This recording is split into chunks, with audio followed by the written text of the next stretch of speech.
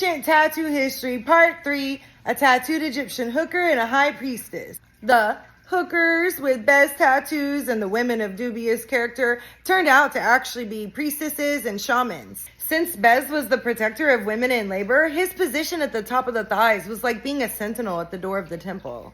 Other tattooed female mummies from the Middle Kingdom had geometric patterns on their arms, abdomens, shoulders, chests, and legs. Besides mummies, small clay sculptures called faience figures were interred with the dead to ensure fertility into the next life.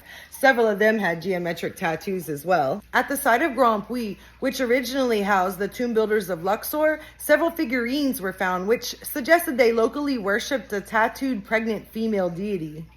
There are even more female mummies found with swamps with lotuses and fertility gods tattooed on their lower back. I'm not going to assume what they were trying to say with that, but most archaeologists believe it had something to do with fertility.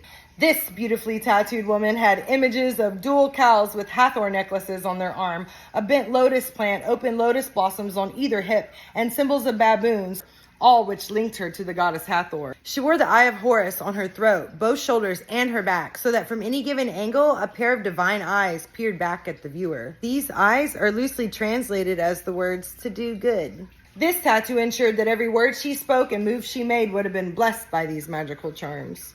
The act of getting tattooed trickled down from high priestesses to shamans to the average religious Egyptian woman to even prostitutes who were seen as an integral and necessary part of society. Although one male mummy was found with tattoos, the dominance of female mummies with tattoos was glaringly obvious. I think they found something like 30 tattooed female mummies in one male.